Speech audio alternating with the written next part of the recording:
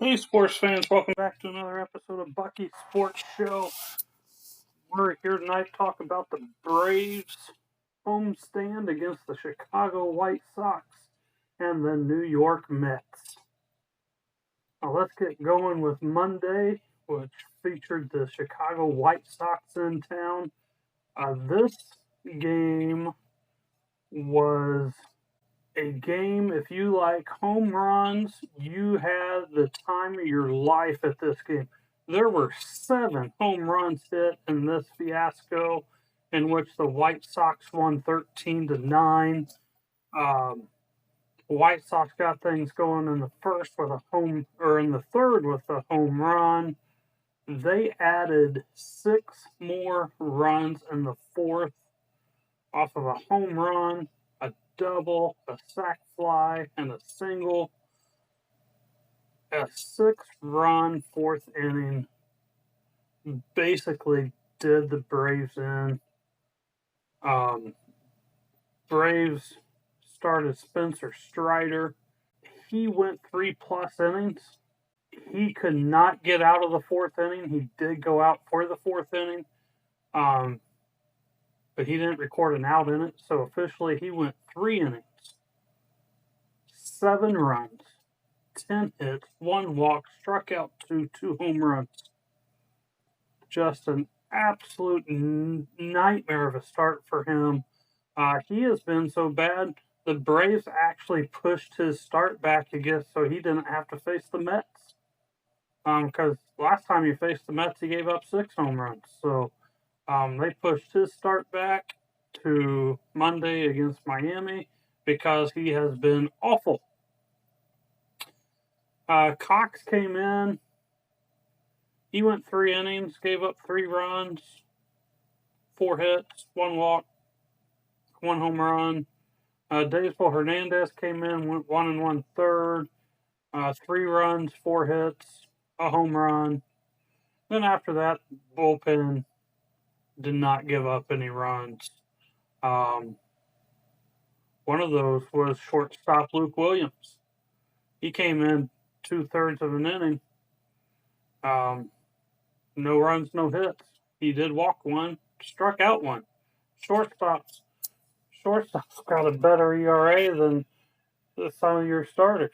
It's wild. They did put another reliever in for the 9th, and he allowed 1 hit. That was it. But here is why they put another reliever in.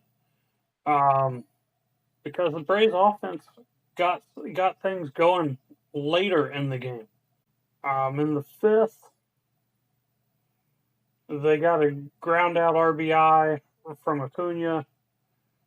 And then in the 6th, they scored 4 runs. They had a 2-run home run from H2 and a 2-run home run from Jerks and Profar. But then we talked about the 8th inning. It was 13-5 going into the 8th. And Vidal Brujon, he had an RBI single. And then Jerks and Profar had another home run, making it 13-9. So the Braves made a game of it again. And so they brought in an actual reliever to face the White Sox in the 9th. But the Braves offense could not get anything going in the 9th inning to try and tie the game up. 4 for 15 with runners in scoring position. 4 for 15. They had 15 hits, scored 9 times. 2 errors. But the White Sox had 19 hits. You can't allow White Sox to get 19 hits. Not good. Bad game. They happen. Unfortunately, Strider keeps getting worse and not better. This is one of the worst teams in baseball. And he gave up 7 runs to them. 6 in the same inning. So, just really poor game. Really poor game. Tuesday night. This one, The only difference between this one and Monday night was really the home runs were down. There were 3 home runs in this game. But other than that, it was a complete fiasco that the Braves won 11-10. And thank goodness the White Sox bullpen's as bad as the Braves starting pitching. Let's talk about the Braves pitching. Bryce Elder went 4 2/3 innings, 8 runs, 9 hits, 2 walks, struck out 3. 9 hits, 8 runs, 4 2/3 innings. He couldn't get out of the 5th. He gave up 5 runs in the 5th. 8 runs. 8 runs from your starter. Then they put Seabold in for him. He went 1 1/3. He gave up 2 runs, 2 hits, gave up a home run. After that, the bullpen was fantastic. Gave up nothing. No hits, no runs, no walks, nothing. But when your starter and your first reliever give up 10 runs, that leaves a lot of work to do for your offense. Now, on this particular night, the offense came to play. In the bottom of the first, Braves had a lead. H2 hit a 2-run home run in the first, gave Braves 2-0 lead. And then White Sox scored 3 in the third, and the Braves were able to answer with a 2-run home run from Jurickson Profar, take the lead back. And that's when the Braves pitching hit the fan. A 5-run 5th inning, a 2-run home run in the 6th for Chicago. Then bottom of the 7th, the Braves were able to score 5. 7th and 8th, they were able to come back, take the lead. Cunha had an RBI single. Drake Baldwin had an RBI bases loaded walk. Ozzie Albies had a 2-run single. Nacho Alvarez, he had a ground out RBI. In the 8th, Drake Baldwin had a 2-run single to give the Braves the lead and the eventual win. Again, not the greatest performance, but the Braves did what they had to do. They were 6 for 19 with runners in scoring position. You get 19 at bats with runners in scoring position, you want a couple more than 6. But that's around that 300 average I've talked about all year long. But it was good enough. It was good enough. Thankfully, after the 6th inning, the bullpen didn't allow anything, and Braves were able to escape this game with a win. Going to Wednesday, this is the wildness of baseball. Because after those first 2 games, you come back, and this game, if you like pitchers' duels, and you know I do, Braves win this game 1-0. And their 1 run came in the 4th inning on an Ozzie Albies fielding error, and this pains me to say this, by Colson Montgomery. Now, Colson Montgomery is from southern Indiana, and he used to beat the tar out of the Linton Miners when he was in high school. So I really think he's going to have a tremendous career in Major League Baseball. Hopefully, he gets away from Chicago and can get with a good organization, maybe even the Braves. But I hate that fielding error that allowed the run to score was on him. And it was really tough error, actually. As a high chopper, Ozzie Albies was running, and it just hit the heel of his glove. He was trying to field it on the run. If he would have waited on it to take that hop, he had no chance to throw Albies out. Kind of a tough tough air. But Braves will take it. That's another win. That's another series win. That is the 4th series win in a row. So this is, again, this is kind of what you expect when the season started. You expected just win series after series, but they're just not capable of doing that this year. But for the Braves, Hurston Waldrop, another fantastic outing. He went 7 innings, no runs, 4 hits, 1 walk, struck out 7. Johnson and Iglesias came in. They did not give up anything. No runs, no hits, no walks. They each had a strikeout. Really just an absolute fantastic pitching performance for the Braves. And really the White Sox, too. I mean, that 1 run was unearned, and the Braves really couldn't do anything. White Sox didn't have an at bat with a runner in scoring position. The Braves only had 3, and they were 0 for 3 in that position. So just a really, really good game. I do want to talk about Hurston Waldrop here, since this was his only game this week. I think this young man has a great chance to have a fantastic career. Last year, he threw 2 games for Atlanta. He was only able in those 2 games to go 7 innings, and in those 7 innings, he gave up 13 runs on 9 hits. He had an ERA of 16.71. This year, he has came back. He's got 3 starts, 4 games. That 1 game, he came in like the 2nd inning in a rain delay when they played at Bristol Motor Speedway. But he's gone 24 and 2/3 innings and only 2 runs.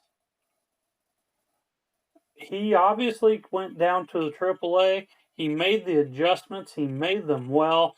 And he is right now just dominating everyone that he sees. I, for one, am happy to see it. Hopefully this continues for him. And really, when you look at the Braves rotation for next year, that he could be a 4 or 5 spot now. Just this is what the Braves are looking for down the stretch. Who can help them next year? Who do they need to get rid of? And what do they need to bring in? Because the pieces are there. They just need to be healthy. And I think once we get a healthy starting pitching rotation and not have 5 starters on the 60-day IL, this team is going to click next year. And Waldrop is giving himself right now the opportunity to be a huge part of it. So he's just done a fantastic job this season. Let's go on to Friday night against the Mets.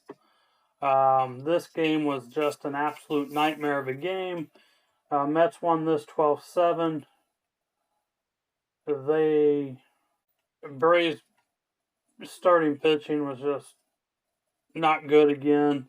Joey Wentz, who has been pretty consistently decent, he went 3 1/3 innings, gave up 6 runs, 9 hits, 2 walks, struck out 3, and then they brought in Eric Fetty.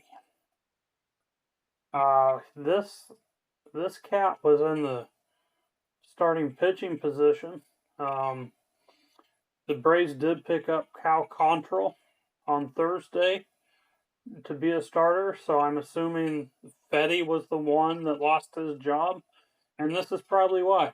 He went 4 and 1/3 inning, gave up 6 runs, 11 hits, 2 walks, struck out 1, and gave up a home run. So 2 starting pitchers in this game, and they gave up a total of 12 runs. Just an absolute nightmare. For the Braves, though, again, offensively, 5 for 9 with runners in scoring position. Exactly what you want to see when they're that. I mean, when you're above 500, you will take that on all game. The 12 runs is just, you can't give up that many runs. Mets had 21 hits. 21 hits. 12 is probably, they probably could have scored 18 runs if they wanted. I mean, obviously they wanted to because they're in a playoff chase, but my goodness. Scoring for the Braves, Jurickson Profar had an RBI single in the 3rd. Acuna had a solo home run in the 4th. Then the 8th and 9th is kind of where they did their damage. In the 8th, Profar had an RBI single. Ronald Acuna, he had an RBI single. Then bottom of the 9th, Brujan had an RBI single. Profar then added a 2-run double. Again, just not a very good game. Mets had 18 at bats with runners in scoring position, doubling up what the Braves did. Just bad game. Is what it is. Moving on to Saturday night. This game was Cal Quantrill's first start as a Brave. And like every other Braves starting pitcher, he had to leave due to injury. He went 4 2/3 innings, 3 runs, 5 walks, 5 hits, struck out 3, 1 home run. Now, the damage was done in the 3rd inning. All 3 of his runs there in the 3rd on a 3-run home run from Jeff McNeil. They had a couple runners on with nobody out. He got the 2 outs, and McNeil, he just made a mistake, and he was just about out of the jam when McNeil sent one to the chop house. Very, very unfortunate, but it is what it is. It probably wouldn't have mattered. As Kinley came in 1 1/3 innings, he didn't give up anything. He struck out 1. But Dylan Lee came in. He could only go 2/3 of an inning. He gave up 4 runs, 3 hits, 1 walk, 1 strikeout, and 3 home runs. He gave up 3 home runs, 3 hits, 3 home runs. Every hit he gave up was a home run. Just absolutely pathetic performance by him. Braves offense 1 for 6 with runners in scoring position. Couldn't get anything going. The Mets were just as bad with runners in scoring position. They were 1 for 10. Not one being the home run from McNeil there in the 3rd that I talked about. Then in the 9th, Cox, he came in and he gave up 2 solo shots in the 9th, and then the 3 home runs from Lee in the 7th. Every run they scored was on a home run. Braves scored their 2 runs in the bottom of the 4th on a sac fly from Marcell Ozuna and a ground out RBI from Drake Baldwin. So the Mets score all their runs via home run. The Braves scored their runs via making outs. So, what do you do? You pack up and you move on to Sunday is what you do. Sunday, Braves won this game 4-3. This will be the last game between the Braves and the Mets this season. Bryce Elder got the start. Again, he was okay. He went 6 innings, 2 runs, 3 hits, 2 walks, struck out 6. The 2 runs were on a home run. He gave up a home run in the second, a 2-run shot. And then after that, it was all Braves. Braves had a 2-run single from Murphy in the 6th, and a 2-run single from Profar in the 8th. The Mets did have a rally going in the 9th. Soto, he had an RBI single, but Iglesias was able to shut her down for his 22nd save of the year. Braves were 2 for 6 with runners in scoring position. Again, not awful. You'd like to see one more hit there, but you take it.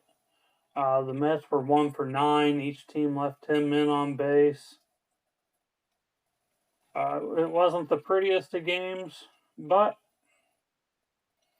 it was a win for the Braves, and that is the season finale against the Mets. And the Braves were able to go 8-5 against the New York Mets this season. The Mets are in second place in the East, and they are fighting for a playoff spot. They're 7 back, but in the wild card,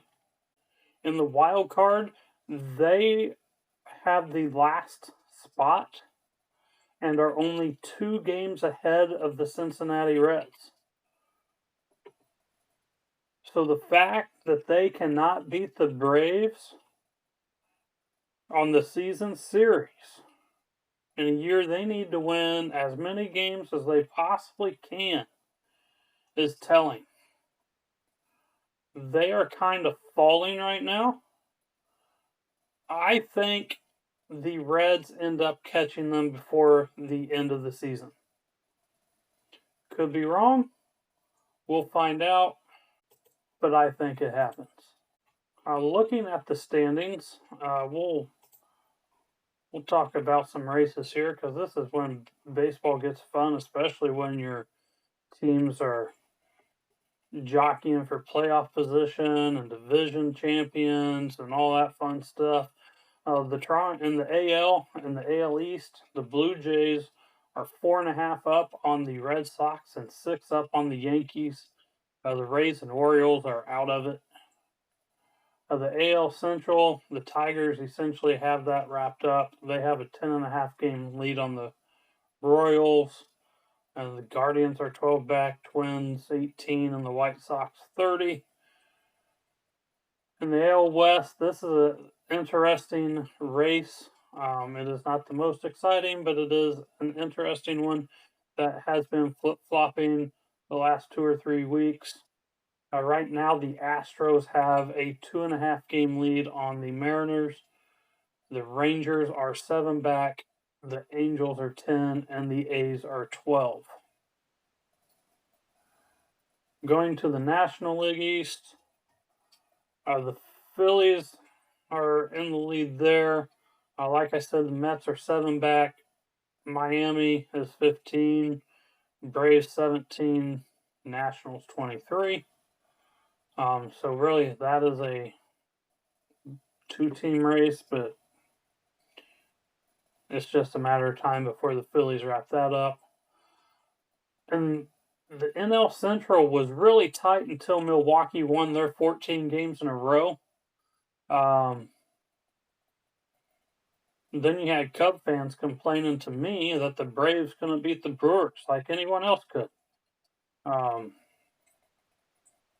But Milwaukee's 6 games up on the Cubs, 14 on the Reds, 17 on the Cardinals, 24.5 on the Pirates. And then really the shocker, in my opinion, not that the East isn't a surprise. I thought the Blue Jays had an opportunity to be good. I didn't think they were win the AL East good. But really the shocker here is the NL West. Right now, San Diego Padres set in first place. They are a game in front of the Dodgers. The Diamondbacks are 10 back, Giants 12, and the Rockies are at 37.5 back. Then your wild card, right now, if the season were to end today, your wild card playoff teams in the AL would be Boston, New York Yankees, and Seattle Mariners. Kansas City's just 2.5 back, though. Cleveland is 4, Texas Rangers 4.5. Everyone else has a lot of work to do. So a couple interesting races there in the AL.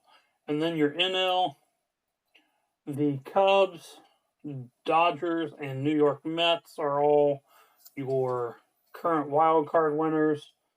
The Reds are 2 games back, and the Diamondbacks and Cardinals are 5, and everyone else has a lot of work to make up, including the Braves, who are 10 back and would have to jump 1, 2, 3, 4, 5, 6 different teams, and there is no viable chance. With that, we'll wrap up this week's episode. We'll be back next week on Sunday to talk about the Braves. They are going to begin next week a 10-game road trip. They will start Monday in Miami, and then Thursday they will go to Philadelphia. Obviously, in Philly, got a lot of work to do. Coming down the stretch, though, they have an opportunity to play spoiler for some teams.